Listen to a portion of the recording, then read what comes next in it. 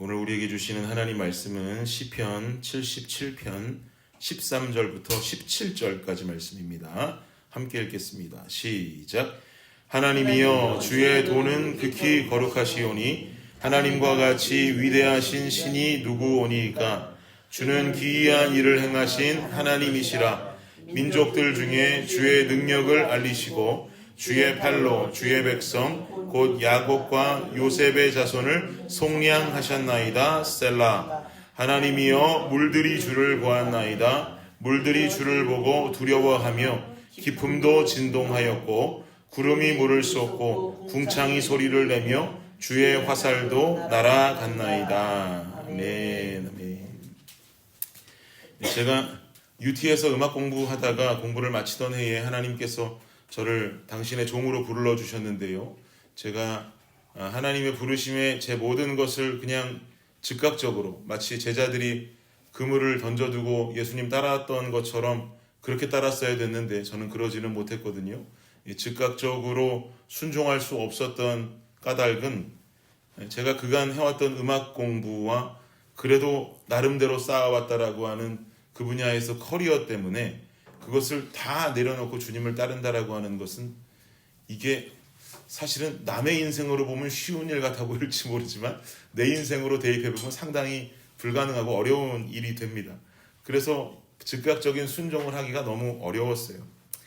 제가 당시 하나님께 기도하면서 그토록 외쳤던 말은 부를 거면 진작에나 부르시지, 한국에서부터 음악해서 한국에서 대학 4년 다니고 대학원도 2년 다니고 또 유학 와서 공부할 거 다 공부하고 이 모든 시간까지 다 기다리셨다가 대체 이제서야 부르시는 이유는 뭡니까?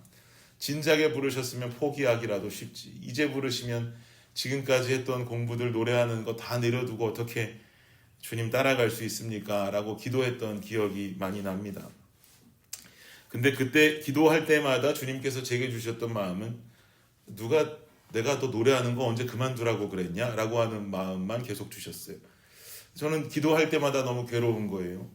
주님께서 종으로는 부르시는데 왜 이제서야 부르십니까? 하면은 노래 누가 그만두지 말라 그랬냐? 그러시고 이게 어느 장단에 춤을 춰야 될지 모르겠는 거예요. 부르시는 건지 부르시는 게 아닌지 전혀 모르겠는 것이죠. 그런데 이 고민에 대한 답이 신학교에 가게 되고 본격적으로 사역을 시작하면서 완전히 풀리게 되었습니다.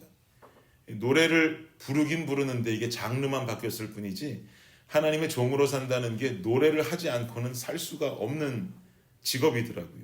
찬양 인도를 얼마나 많이도 하는지 제가 음악 공부할 때만큼이나 실상 이 사역자로 살아가면서 지난날 음악 공부할 때보다 도리어 더 많이 노래하면서 살아가게 되는 거예요.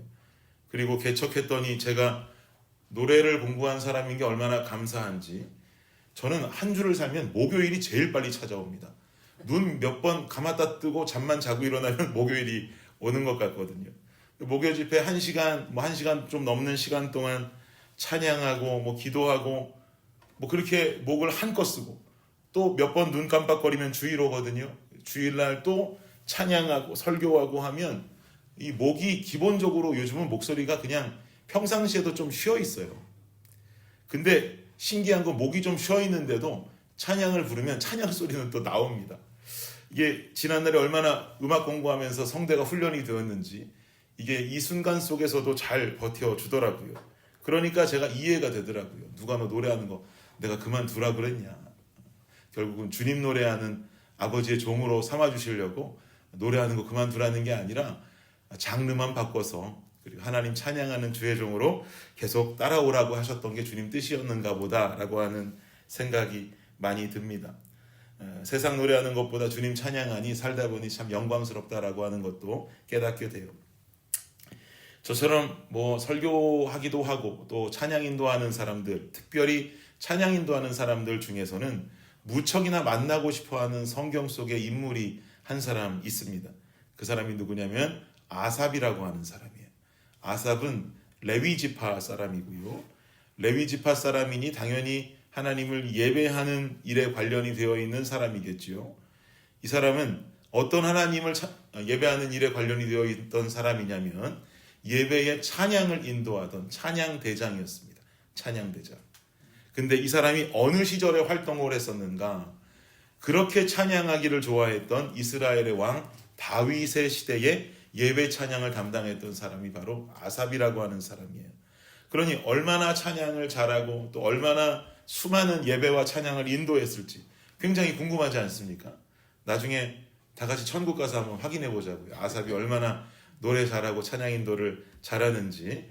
그때는 저도 회중석에서 여러분과 함께 기뻐 뛰며 때론 눈물을 흘리며 찬양하고 앞에서는 아삽이 예배를 인도하고 상상만 해도 굉장히 감격스러운 예배에 참여할 수 있겠다라고 하는 좀 기대와 생각이 듭니다. 오늘 시편 말씀은 바로 그 아삽이라고 하는 사람이 썼어요.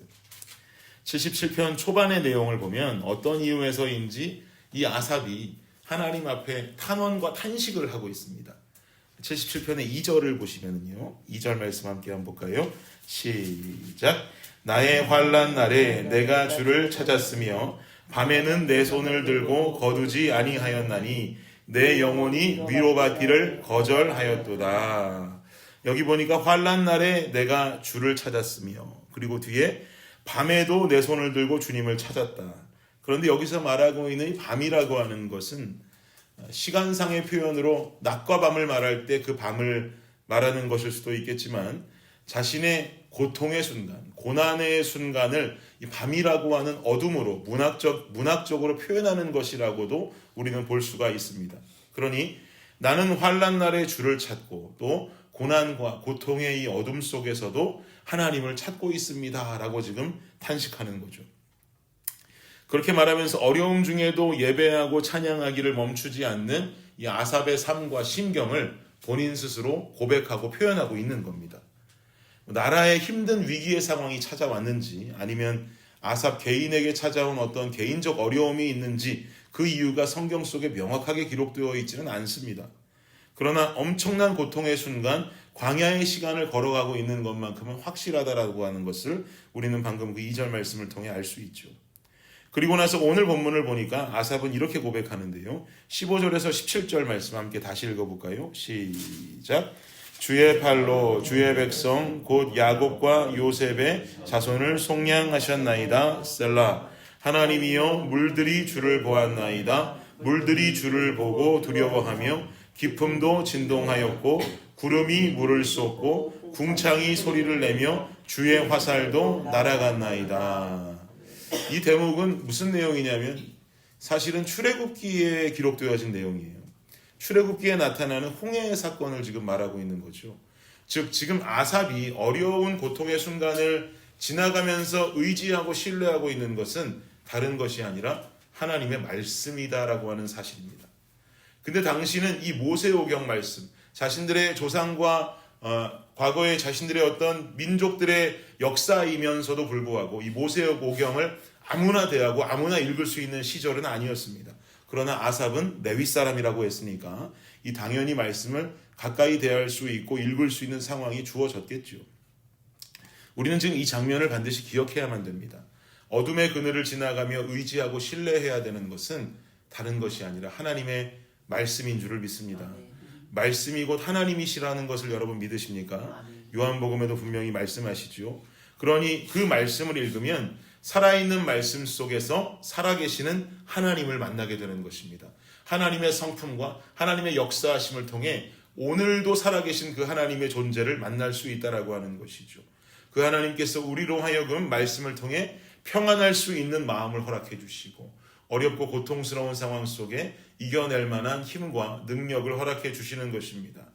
하나님을 직접 만나고 그분의 역사를 누릴 수 있는 정확한 방법이 있는데도 어려움을 지나며 그분을 만나는 이 방법을 택하지 않는다면, 그리고는 도리어 다른 방법들로 내 삶의 평화를 찾기 원하고 평안을 찾기 원하고 이 고통을 넘어가기를 원한다면 그 다른 방법은 당최 찾을 수가 없는 거죠. 우리에게 주어진 오직 하나의 방법은 말씀으로 주님과 함께 동행하며 그 고난의 때, 어둠의 때를 지나갈 수 있는 힘과 능력을 얻는 것.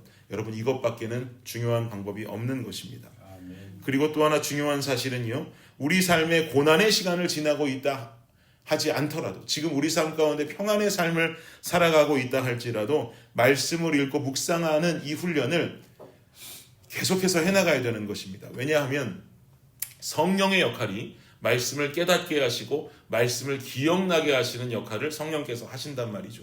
요한복음 14장에 보면 말하지 않습니까? 이 훈련이 우리 삶에 문제가 없을 때, 평안할 때 계속 지속이 되다가도 어느 날 인생의 고난과 고통을 만나게 된다면 읽어가는 말씀 속에서 만나게 되는 그 하나님과 지난날 읽고 또 암송했던 그 말씀을 기억하게 하시는 성령의 역사로 인해서 우리는 그 어려움의 순간을 넉넉히 이겨나갈 수 있게 되는 것입니다. 우리 아이들 주일마다 올라와가지고 말씀 암송 한 구절씩 하고 그렇게 하는데, 아이들이 뭐 굳이 올라와서 암송해야 되나라고 생각할 수도 있겠지만 실상 아이들에게 그런 챌린지가 없으면 외울 마음도 갖지 않겠죠. 근데 아이들이 그거 외우면 이거 언제까지 외울 수 있겠나라고 하는 생각이 또 들 수도 있는데요. 우리가 그 걱정하지 않아도 되는 것은 기억나게 하시고 깨닫게 하시는 이는 성령이기 때문인 것입니다. 아이들의 삶 가운데 어느 날 순간 필요한 때마다 그 말씀이 기억나고 아이들의 삶을 위로하고 이끌어가는 것은 우리의 능력이 아니라 성령의 능력이 되는 것이죠. 그러니 우리도 이 말씀을 외우고 대하고 하는 이 삶의 모습들을 계속해서 갖추어갈 때 어느 날 찾아온 고난의 순간 속에서도 그것을 깨닫게 하고 기억나게 하셔서 이기게 하시는 힘을 성령께서 허락하실 수 있게 되는 것입니다. 사랑하는 여러분, 어려움의 순간 말씀과 함께 그 어둠의 터널을 지나가시기를 바랍니다. 말씀을 읽는 것이 곧 하나님과 함께 동행하는 것입니다. 어려움이 없는 순간이라 할지라도 말씀을 대하면서 말씀을 훈련하시기 바랍니다. 말씀을 대하며 만나시는 하나님, 말씀을 기억나게 하시는 성령님과 함께 평안한 삶을 살아갈 때에 주님께서 그 어려움의 순간도 넉넉하게 이기는 분명한 힘과 능력을 더하여 주실 것입니다. 이 신비한 세계를 살아가는 저와 여러분의 오늘 하루가 되시기를 예수 그리스도의 이름으로 축복합니다. 아멘. 기도하겠습니다. 주님 감사합니다. 우리 안에 말씀을 대하는 삶의 자세들이 살아있기를 간절히 원합니다. 어둠의 그늘과 터널을 지나고 있다면 우리를 그 가운데에서 평안으로 인도하는 오직 한 분 하나님을 만나기를 간절히 원합니다. 말씀을 통해 살아계신 주님을 만나고 말씀을 통해 힘과 용기를 얻으며 말씀을 통해서 힘과 능력으로 말미암아 이겨낼 만한 힘을 주님께서 주심으로 말미암아 아버지 하나님이여 그 어둠 속에서 밝은 빛 되신 주님 만나는 우리가 되게 하여 주시옵소서. 주님, 우리 안에 아무런 어려움이 없다 할지라도 그 말씀을 끊임없이 대함으로 말미암아 어느 순간에 필요할 때마다 깨닫게 하시고 기억나게 하시는 성령의 역사를 우리가 경험하기를 간절히 원합니다. 주님께서 우리에게 기억나게 하시고 깨닫게 하여 주셔서 아버지 하나님 그때마다 우리가 이겨나갈 수 있는 승리의 원동력이 말씀 되게 하여 주시옵소서. 아삽의 고백과도 같이 아버지 하나님 말씀 의지하며 이 삶을 살아갈 때 주님께서 넉넉히 이기게 하시는 그런 귀한 신비한 경험을 해나가는 우리의 삶이 되게 하여 주옵소서. 감사합니다. 이 모든 말씀 예수님의 이름으로 기도드립니다. 아멘.